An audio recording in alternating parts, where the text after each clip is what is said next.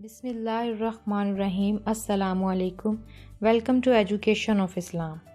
حضرت طلحہ بن عبید اللہ سے روایت ہے کہ رسول اللہ صلی اللہ علیہ وسلم جب رمضان کا چاند دیکھتے تو یہ دعا پڑھتے: اللہم احلہ علینا بالیمن والایمان والسلامۃ والاسلام ربی و ربک اللہ۔ یا اللہ ہم پر یہ چاند امن، ایمان، سلامتی اور اسلام کے ساتھ طلوع فرما، اور اے چاند میرا اور تیرا رب اللہ ہے۔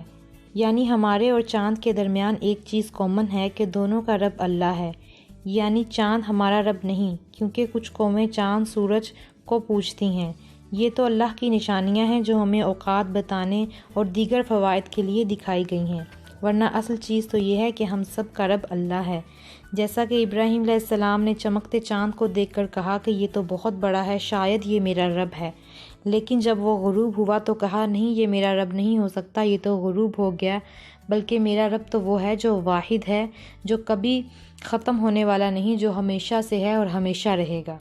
دوستو، رمضان کی تیاری کا بہت اہم رشتہ یہ ہے کہ ہم چاند دیکھنے کی تیاری کریں، کیونکہ احادیث میں رسول اللہ صلی اللہ علیہ وسلم نے ارشاد فرمایا کہ جب تم رمضان کا چاند دیکھو تو روزہ رکھو، اور جب شوال کا دیکھو تو روزہ افطار کرو، اور اگر مطلع ابر آلود ہو تو 30 روزے پورے کر لو۔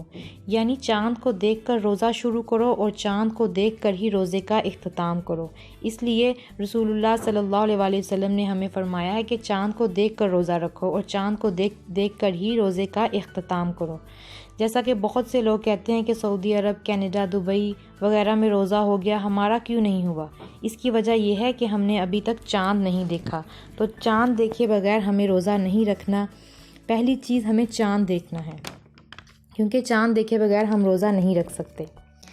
اللہ کرے کہ ہمارا یہ رمضان گزشتہ تمام رمضان سے بہت ہی بہترین ہو، جہاں ہمیں رمضان کی آمد کی خوشی ہونی چاہیے، ساتھ ہی اپنے ایمان کی تجدید بھی ہونی چاہیے، کیونکہ دعاؤں میں بھی یہی چیز ہوتی ہے۔ رمضان ختم ہونے کے بعد بھی ان اعمال کو برقرار رکھنا چاہیے جو رمضان میں کرتے ہیں، اور اللہ کی طرف رجوع کرتے رہنا چاہیے۔ اور رمضان کا مہینہ تو ویسے ہی نیکیوں کا موسم بہار ہے، اس لیے زیادہ سے زیادہ اعمال کرنے کی کوشش کریں، اور رمضان میں تو ایک نیکی کا اجر جو ہے وہ 70 گنا جو ہے وہ بڑھا دیا جاتا ہے۔